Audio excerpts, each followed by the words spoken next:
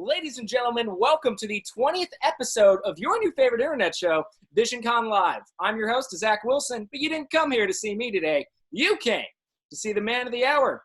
He's Ignatz from Fire Emblem Three Houses, Sela from Fire Emblem Heroes, Neutrophil 2048 from Cells at Work, just to name a few. He's the legend and wholesome hero that we all desperately need right now. Ladies and gentlemen, please help me welcome the one, the only, Christian Lamont. Christian, how you doing today? I'm doing well. How are you doing, man? It's good to see you. I'm doing just fine. Now, be honest with me, Christian. Did I butcher your pronunciation of your last name? No, you actually nailed it, which is surprising because I've gotten a lot of other ones. Nailed it. Starting it off with a bang. Christian, I need to ask you something. Let's hear it. You are a rising star in the acting and voice acting industry, Twitch streamer extraordinaire. But I want to know, where'd we all start? How'd we get here? Was this always the plan, always the goal, or did we just kind of, get here gradually until where we are now? Man, I mean, my family's in the industry as well, so I always kind of like grew up around cameras and acting and on set and stuff like that. I worked real hard to sort of make acting a big priority in my life. I did it a lot in school. After school, I did a lot of repertory Shakespeare theater and stuff like that. And I actually, during all that time, my love of like JRPGs and video games and all that grew and intensified. And finally, I got an opportunity to go and work for Atlas, who do Persona and SMT and all these other series that I love so much and that everybody hopefully loves so much. And after about like 2.5 years of testing, I finally convinced them to let me be an editor and write the games and stuff like that. And finally, towards the end of that experience, we actually went to go record Devil Survivor 2 Record Breaker, which was the first project I'd edited on. And if I hadn't done that, I wouldn't be here right now. I was still pursuing acting, but it was a very sort of like, yes, when I have time, I'd love to go out and do stuff, and I'd love to do casting calls and things like that. But I actually, when I went up to the studio to Cup of Tea for the first time and worked with Danny and Laney, who run it, and Patrick Seitz, who is the greatest director and also one of the greatest actors in this world, it absolutely changed my view of how all of this works and is created. And I decided that is what I wanted to do. And thank goodness I had them, because they were absolutely inspiring and brought me under their wing and showed me how it works and helped me to make it my career as it is now. To have any friend in the industry, if you could only have one, Patrick Seitz is a pretty great one. He's up there, yeah. Oh my gosh. But, so you're starting out, you convince Atlas to give you a shot. Obviously it worked out because you knocked it out of the park. So how did we then get to Fire Emblem Three Houses, one of the top grossing AAA games the Switch has had since its creation? For real. It makes me really happy to hear it described as a AAA game, because I mean, JRPGs and stuff like that are always sort of pigeonholed in this, like they're a niche thing. And I'm like, maybe Final Fantasy can break out every once in a while, but it really is. Fire Emblem is a AAA series, and it's so rad. I've loved Fire Emblem since I was like a kid. I took a copy of Blazing Blade on a trip to Europe when I was like 10, and it just absolutely changed my world.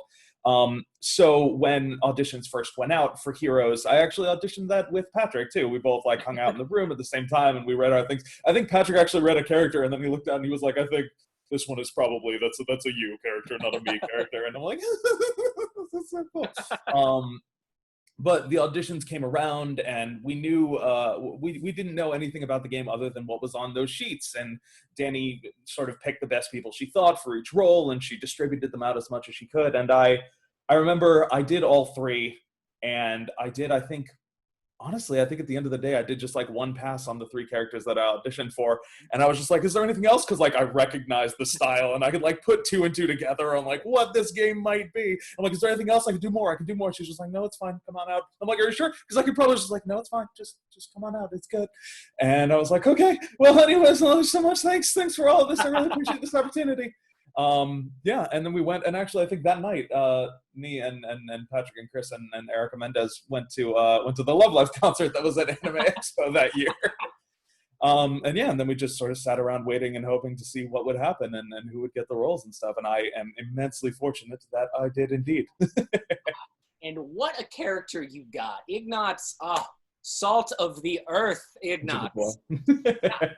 I will say he was part of my, I sided with the Blue Lions, but, immediately as I as soon as I could. He was one of the first people I recruited, and just because he was just always so sweet, and just his dynamic and just like how he grows throughout the game is just phenomenal, first and foremost. But I would argue the biggest draw into who he is as a character is the life that you breathe into him. Your performance is just so convincing. I will say pretty much everyone in that game has a very convincing performance. However, I would say that you just perfectly tailored your voice and the voice that you gave him into something that just kind of fully embodies Ignatz. Like, he's very sweet yet timid, at least towards the beginning. Slight spoilers for Fire Emblem Three Houses if anyone watching right now hasn't played it yet. Go do it, though. Highly recommend it. Do it. He's a very deep and understanding character who just, throughout the game really, just kind of envelops oneself and just, really becomes someone, with more grit, yet doesn't ever lose that, maybe not naivety, but just a sweetness to him. So my next question for you is kind of how much of yourself did you put into Ignatz when, kind of voicing him? And was there any kind of, moments during that kind of, really touched you with that experience?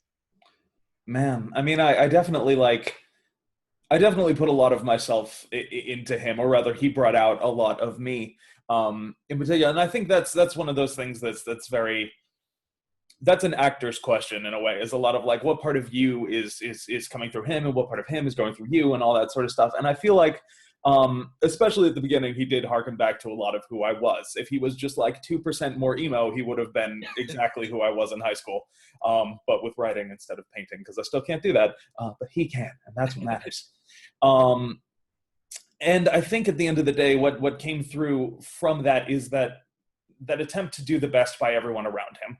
Like he grows from somebody who doesn't want to impose on other people, which is like the whole key of all of his and Lysithia's conversations. She's just like, stop crying, do things. He's like, I don't want to bug you. You're doing things. But I feel like that has to lead to something, and that has to grow into something. Unfortunately, Ignatz is one of those characters that had like a full shift, not even during obviously the time skip where suddenly he grows up and he's like, war's real, guys, and we have to deal with this. But even before that, you can see the growth in him from like the first time you meet him and he's like, okay, anyways, I paint and that's kind of cool, but don't worry about it, to even at the end of your time in Garrick Mach, he's sort of grown up a little bit into, hey, I have a little bit of confidence now. I've been around these people that are supportive of me in whatever way that support takes. And that I feel helps to change him dynamically.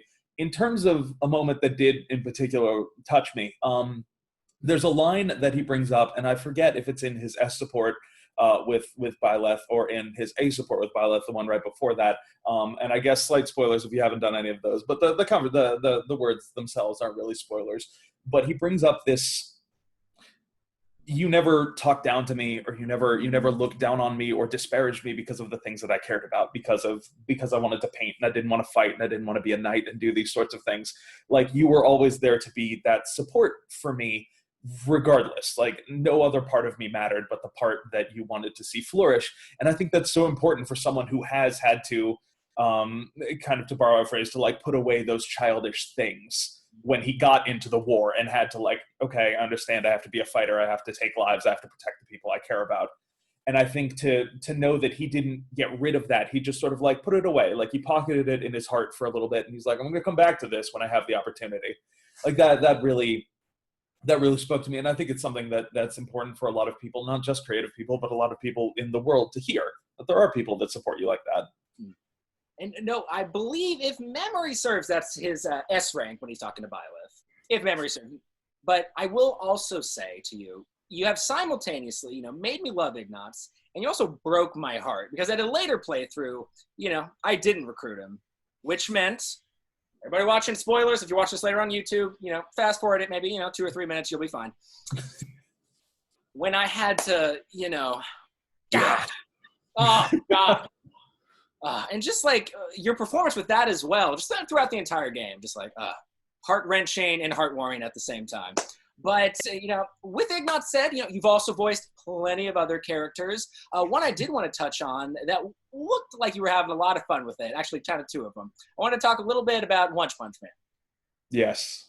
So, you voiced one or two characters in One Punch Man, a show that everybody knows is very tongue-in-cheek and smart while also, retaining some of the, serious notes that anime is known for. So kind of, what were some of your experiences with One Punch Man?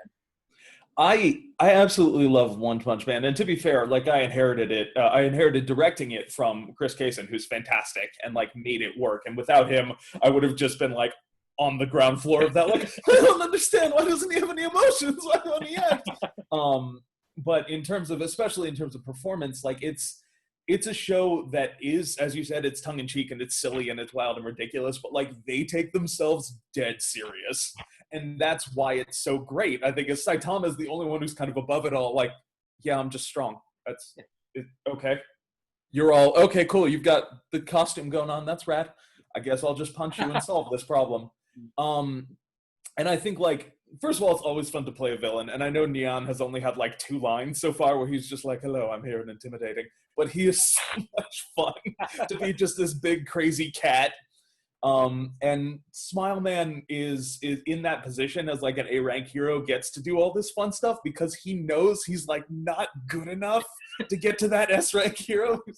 I could try, I could still be good. And he gets this actually really cool fluctuation in those last couple episodes where he and the rest of the A-ranks are fighting against Garo, where like he gets to go from like, yeah, it's cool, we're doing it, to like he drops into like dead serious murder zone a couple times. And to see this dude with this like ridiculous outfit and everything just be like, oh no, we're gonna kill this dude right now, it's gonna be crazy.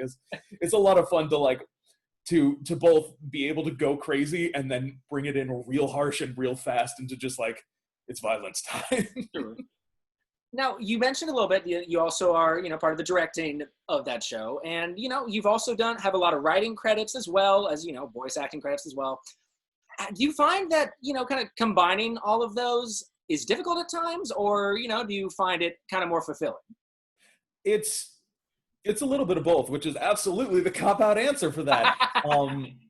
It's difficult in the sense of that, just like trying to manage all the time and make sure that you can do all the things. And sometimes like, here's a directing opportunity for this awesome show, but you also have this character that needs 4,000 hours in the booth, and like you can't really make those work, and they want you to do it because it's going to be cool, and you want to do it because it's cool, but simultaneously this thing, and what's the best for my career, and more importantly, like what is my creativity and my heart be like, do this thing because it's going to be rad.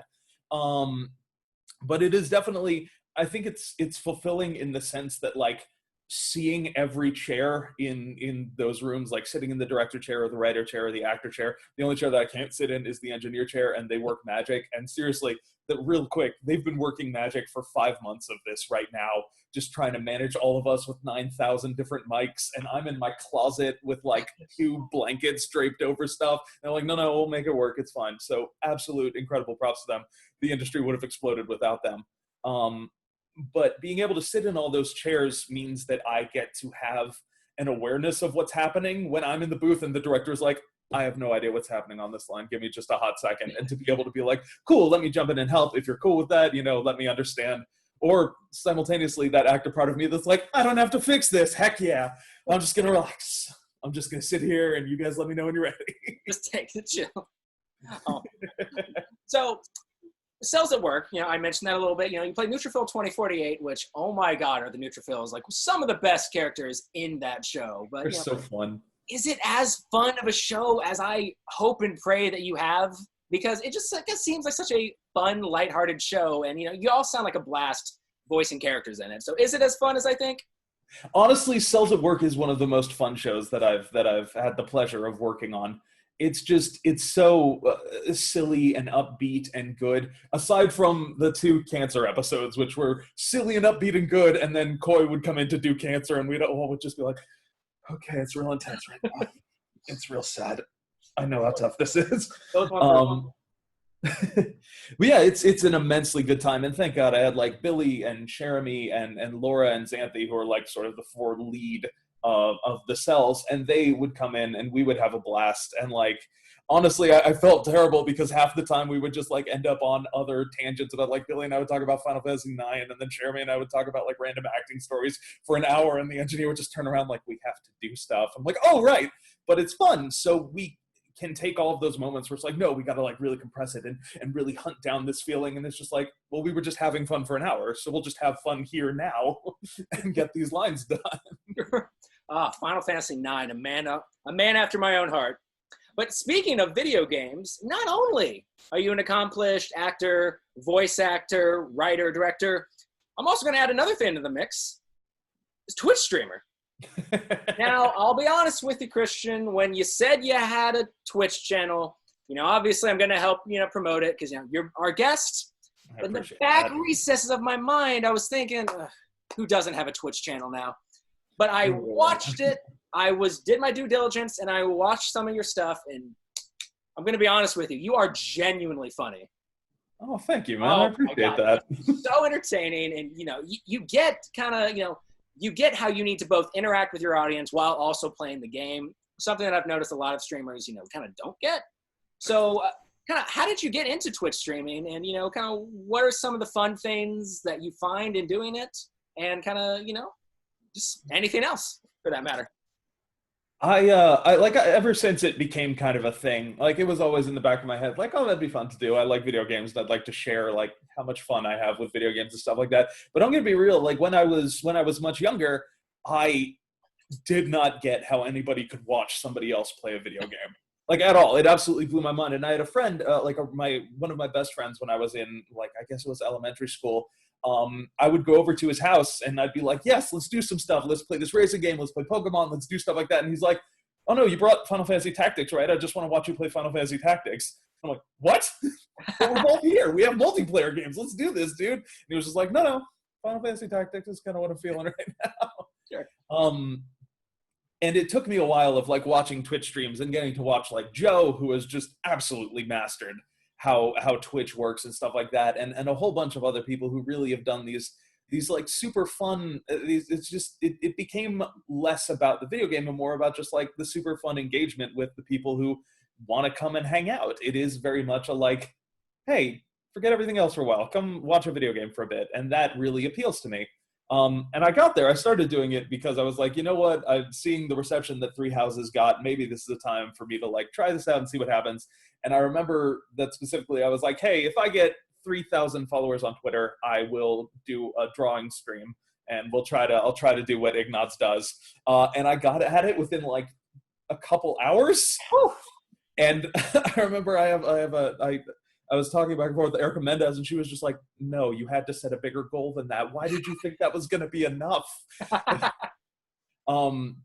So I just sort of put it together, and I had a lot of people show up, and just like the support was really incredible. And a lot of people who talked about equally that they're like, hey, we really like Ignatz. We love what you did with him, and getting to share that sort of feeling and stuff like that. And then it just has kind of escalated from there into like playing these old RPGs and playing Fire Emblem, obviously, which a lot of people like to come and watch and see. And that, I guess, I think that's the most fun of it for me, is playing these like really old pre-video games, having voice RPGs and just like doing the silly voices as we make our way through it. Because I get to kind of do the thing that I wanted to do with it, which was talk about storytelling and like, see how cool this is. Like, this is entirely show not tell. They never mentioned that like his sword is named after his beloved, but here it is, and it's there if you look for it. And I feel like I absolutely go on ridiculous rants while I'm playing it, but the fact that anybody has a good time coming out and watching it, I really do appreciate. And I'm thankful for everyone who does stop by and take a look. Well, you really are just preaching to the choir especially about JRPGs. I mean, a lot of people, like you mentioned earlier, see it as kind of a niche genre, but, I am very happy to see that, Final Fantasy, Persona, Fire Emblem, the Tales series have really kind of come out to the masses and are finally considered, AAA games. And I will say, for the 3,000 follower mark, I mean, when you voice one of the main characters, one of the most anticipated Nintendo games ever, Fire Emblem Three Houses, maybe a little higher than 3,000. But so with being a voice actor and kind of in the entertainment industry, a big part of the industry is rejection. Granted, rejection, you find it in just life in general, but I will say if there was any industry where rejection is most prevalent, your industry is probably one of the tops. It's up there, yeah. So for anybody watching at home, because a lot of people who watch the show, yes, are here, to see the special guests that we have, but I've noticed that also a lot of them are interested in voice acting, or have already taken that leap and just need to know kind of what to do next. So for those people watching, how do you handle rejection? Does it get any easier? Or if it doesn't, kind of what can you advise people watching at home do in order to kind of get over rejection? It doesn't get any easier. And I really wish I could be like, yeah, it's fine, and you forget about it and deal with it. But it really doesn't. Because you always, I mean, you put your heart and soul into a minute-long audition just being like, I hope they understand how much I connect with this character. But at the end of the day, there's so many factors. And I guess this is how I deal with rejection, which is a tough way of putting it, because especially in this industry, when they're listening to hundreds of thousands of auditions, often it's less rejection and just like, no. I guess I did get that. Okay, cool. Rad. Haven't seen the game appear yet, but maybe they didn't cast it already. I don't know. But it's this understanding that, like, no matter how good you get, and you can take an infinite number of classes and you can study the masters and you can sit there and be very fortunate like me, where I'm on the other side of the glass, and essentially I get a master class every time somebody comes in. I get to watch Yuri Lowenthal and be like, that was the smartest thing I've ever seen happen. I'm just going to take that and use it for myself. Sorry, Yuri, didn't mean to steal it. I love you. But it's that understanding that, like, no matter how much of that you do, there's always a little bit of it that's luck. And there's always a little bit of it that's like, you were the audition they heard right before lunch and they weren't really thinking about it because they wanted to go to lunch. Or like, they had a crappy meeting right before this and you were the first one out of the batch there, and they didn't hear it the way that you expressed it. And that in no way is to say that, like, casting directors are fickle, because a lot of them do. They take this incredible pride in their work and they want to find the absolute best voice. But there's always that X factor that you can't possibly know. And sometimes it comes down to, like, oh, they had just that very slightly higher voice, and I really do like that for this character. And yeah, I could do that slightly higher voice if you want. I'm right here. But there's always just that tiny little degree of you can't control it. And not to be the, like, hey, leave it all to fate and chance kind of person, but, like, when the time does come and there does need to be something that is the right thing for you, I do firmly believe that it'll come along and that you'll get that opportunity. Couldn't have said it better myself. But okay, so I mentioned briefly that a lot of people watch this show, are either interested in voice acting or, have took the leap and are, like, in it, but just, need to know kind of what to do next. So let's play a little role playing, Christian. Let's pretend everybody watching right now, either live here on Facebook or later on YouTube, let's pretend that I am the physical embodiment of all those people that have taken the leap and decided they want to become a voice actor, but don't really know what to do next. So what would you advise me to do in order for me to one day possibly become the next Christian Lamont? Well, first of all, I'd say stay the hell away from my roles. I'm trying to pay rent. No. In sincerity, it's called voice acting, but the acting is the biggest part of it. And that's honestly, at the end of the day, that is the simplest, basest thing. Is there, like, take classes in all kinds of acting. Go out and get on stage if you can and you feel comfortable. Get behind a camera if you can, or in front of a camera if you can and you feel comfortable. Because voice acting needs you to have all those other things and the tricks and the tools of the trade from all those other things, but then not be able to use any of them. To just have them kind of sitting there in the back of your head and you can pull it out. And I've used, like, these click reducing lollipops that we have as swords, and I've backed off and come in real hard onto the mic in order to get, like, this feeling and this emotion, but you can't rely on the close-up to perfectly show what your character is feeling in that moment.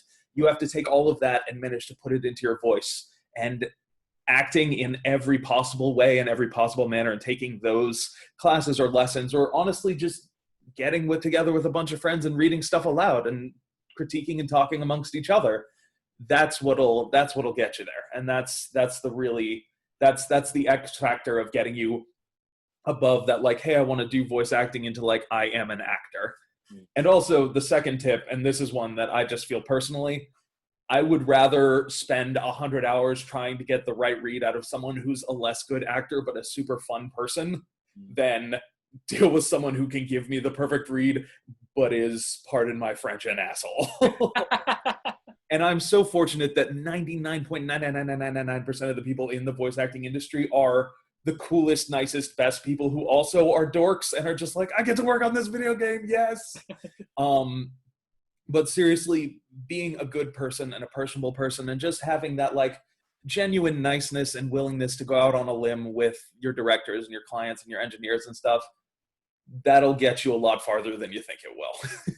Sure. Well, I do have to ask one thing. You know, you gave a lot of great tips, but I did want to say a bit more technical aspect. Cool. You know, getting an agent and getting the right equipment. Now, starting out is, you know, getting an agent really important in your, you know, opinion, and B, you know, the equipment. Now, you know, obviously a lot of us, you know, are at home right now due to, you know, extenuating circumstances in society right now. The Backstreet Boys reunion tour. There you go. Thank you for that reference. But how important do you think is A, getting an agent, and B, kind of upgrading your equipment? Do you need to start out with like the most expensive things you can get, or work yourself up to that? I think, let me address equipment first. For sure. Honestly, what you really need is the basics. And there is definitely a threshold. There's like, you know, what I'm using to talk to you now is like a Yeti Nano mic, but that in no way is what I'm like recording auditions and stuff on. Not in any way because it's bad. It's great and it's perfect and it's what I use for streaming and stuff like that.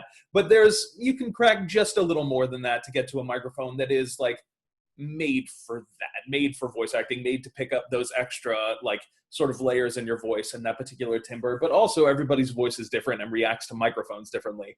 At Cup of Tea, they use shotgun mics, which are these very pointed things, and they're very directional, but it also means that you have a lot more sort of ability to like move in and move back and let that affect you. And at other studios, they use like the big old radio style condenser mics, and that hits a much wider range, but also like warms up the tone a little bit. There's all these like very, very intense technical things that you can dig into, but I would say you certainly don't have to spend more than $100 to $200 on a solid mic and a preamp and stuff like that, if you want to try to do stuff that is of good quality. You don't have to go crazy. You don't have to get an Avalon, which is thousands of dollars and beautiful. You can absolutely get, I mean, what I use is I use my Focusrite preamp, which was I think $150, and it's perfect. It's all I need. Plugs the mic right in, plugs the mic to the computer, sends that signal directly to the engineer who makes it sound pretty. And don't get me wrong, if you're buying a $6,000 beautiful U83 mic, it's going to be a $6,000 beautiful U83 mic. But that's not what's going to get you the job. What's going to get you the job is you. And in terms of agencies and stuff like that, yes, they are incredibly important. But it is also a step that you want to take once I do feel like there's a little building up you have to do. There's a little like sort of learning the ropes that you have to do before you hit that mark. You know, obviously extenuating circumstances aside, but getting to that point and getting a demo that is good and that you feel reflects yourself and that you feel comfortable pitching to agents and stuff like that, and getting into the union and things like that, they are all incredibly important, but they're definitely a step to take once you feel comfortable with this and you feel like this is something you do very sincerely want to pursue.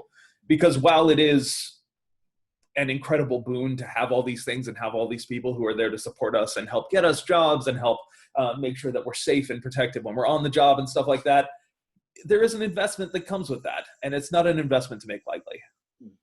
Well, ladies and gentlemen, those watching right now live on Facebook or later on YouTube, I hope that you took notes, because now you have all the skills and tools necessary to become the next Christian Lamont. Now, ladies and gentlemen watching this live on Facebook right now, if you haven't already, plenty of you have already messaged Visioncon your questions and comments to Christian Lamont, and that's great, and you still have time to do so. But you could also do it in the live chat right now, but it is your last chance to do so, because, ladies and gentlemen, we're in the plug zone. Oh, Christian Lamont, now is your chance to advertise, promote, plug, whatever verb you want to use, anything you want. Projects, websites, social media accounts, services, whatever it is, the floor is yours. Well, thank you, sir.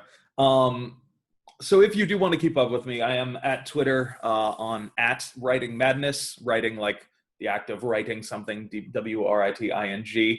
I've been thinking about changing that for ages, and I really should. I am on Twitch at Count of Monte Cristo. which makes me smile, and I'm so glad that there was enough characters to make that pun into my name. We play classic RPGs. I actually am about to start a playthrough of Suikoden 2, hopefully tomorrow, just because they announced that they were doing a Kickstarter with the original creators, and I love that game so much. That's plugging for other people's stuff. There's so many things that are coming out that I like have knowledge of, but I can't officially talk about. But there's so many cool things coming out, I promise, and they're going to be super fun. And just keep your eyes open for them, not only because you love me, because I'm so fun and charming, but also because like they're good games and they're good shows, and they're gonna have so much heart in them. So yeah, I wish I had more directly that I could plug. Play Fire Emblem Three Houses if you haven't, because it's great. And I'm so heartwarmed that even a year on, we still have this incredible fan community. Yes, and please, just I'm gonna plug being awesome and being safe and careful in this time. Well, I like that. Well, for those of you, again, watching live on Facebook, Marissa, my coworker at Visioncon, aka the wind beneath my sails, has put all of those links in the live chat, or if you're watching this later on YouTube, it's going to be in the description below, guys. And we're out of the plug zone now, guys. So going right to the messenger for viewers' comments and questions. Give me a sec to pull that up, guys.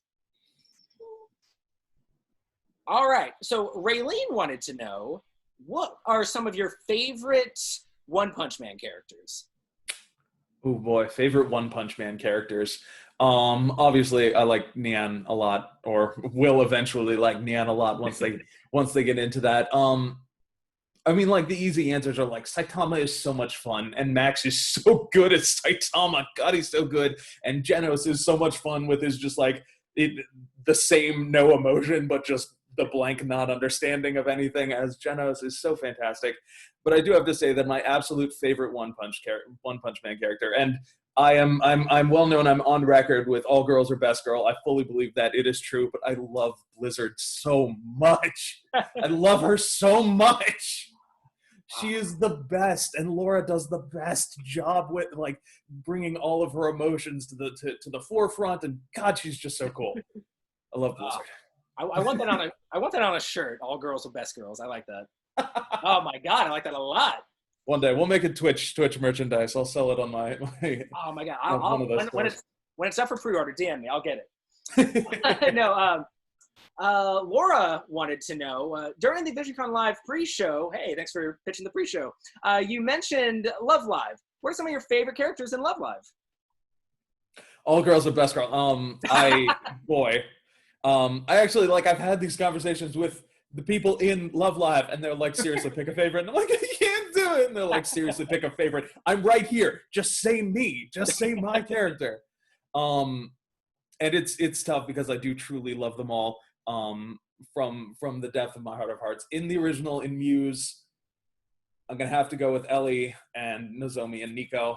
I love them so much. They're so great, and like I love Nico's like the Nico Ni is a meme, obviously, to a certain degree, and it is fun. But like where it comes from is so like heartfelt and meaningful and beautiful. And Ellie is just doing her best to run her life and the lives of everyone around her. And Nozomi's fun, just floatiness around the rest of her people and her ability to like bring it down and get real when she has to is fantastic.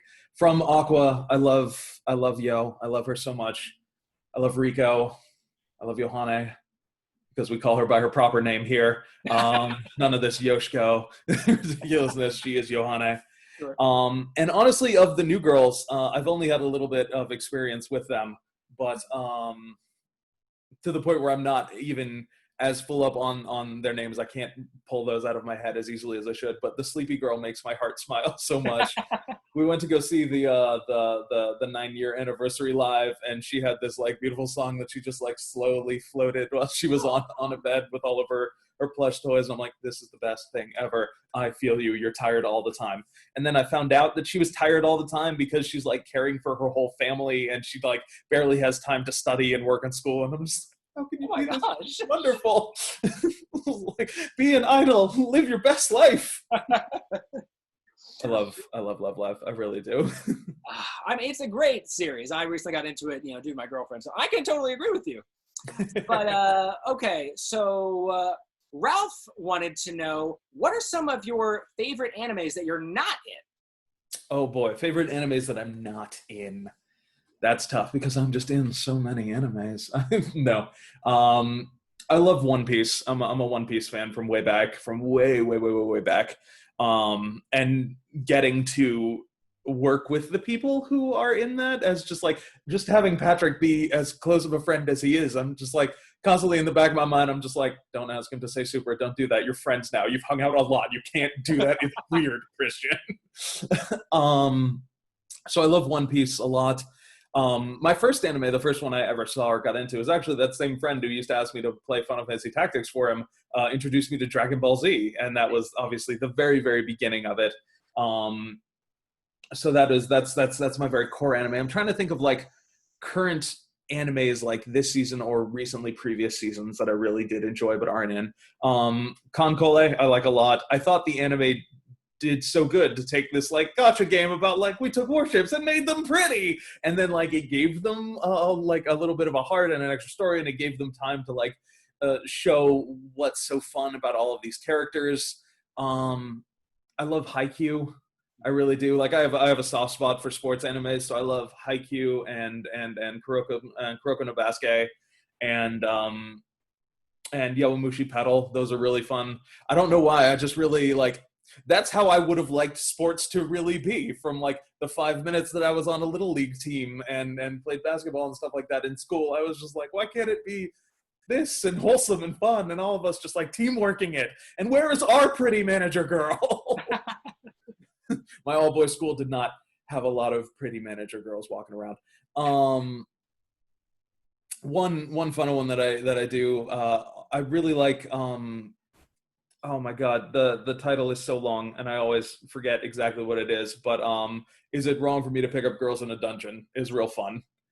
It's just it's fun and cool and wholesome, and they have this like I feel like they do the like it's an RPG world, but really they do the isekai thing without it being isekai really, really well and interesting with like their pantheon and everything is very cool.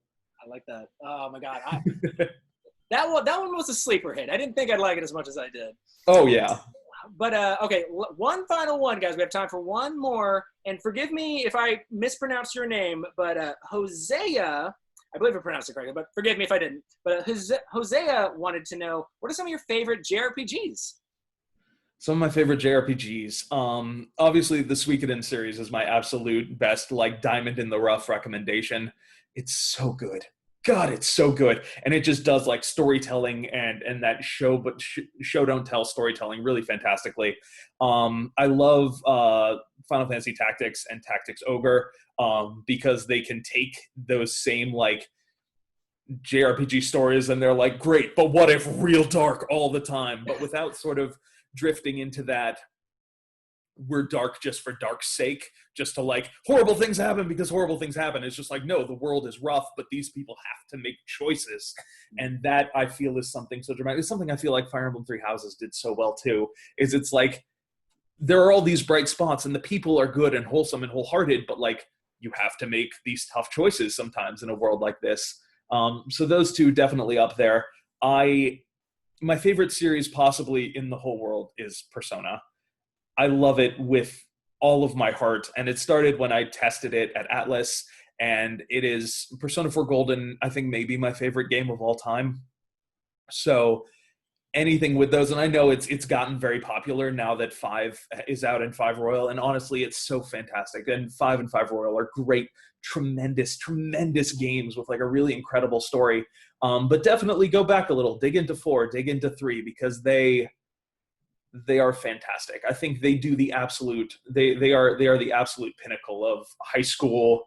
But also look at this crazy world out there that we have to fight the demons in. RPGs. They are the best. All right, well, ladies and gentlemen, that's all the time we got, unfortunately. So, ladies and gentlemen, this has been episode 20 of Visioncon Live. Now, before we wrap things up, Christian Lamont, every final thoughts? Thank you guys so much for coming to come and watch it and come and participate in the chat and everything. And when the Backstreet Boys reunion tour is done and we can all finally leave and go out of our homes again, there's a couple of things that I'm gonna do. Number one, I'm gonna go to a restaurant and just sit there and have a good meal and read my book.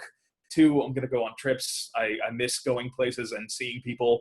Three, I'm gonna hug a lot of my friends. And four, I want to come to cons. I want to come to your con. I want to go out. I want to travel. I want to meet all you guys so that I can see you, so that I can talk to you and just express how cool and awesome these and the wonderful things we get to work on are.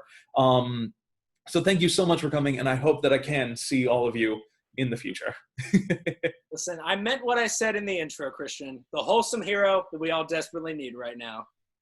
Well, ladies and gentlemen, this has been episode 20 of Visioncon Live. Make sure to tune in this Friday, July 31st, a.k.a. my birthday eve. Not really that. Much more important, though, is my special guest, which will be Veronica Taylor.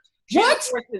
Original Ash from Pokemon, Sailor Pluto from Sailor Moon, and then, of course, a character near and dear to you, Manuela from Fire Emblem Three Houses. But until next time, ladies and gentlemen, my name is Zach, but much more importantly, this has been Christian Lamont. You guys stay safe out there, and never forget, guys, that life's better. We've got friends to share it with.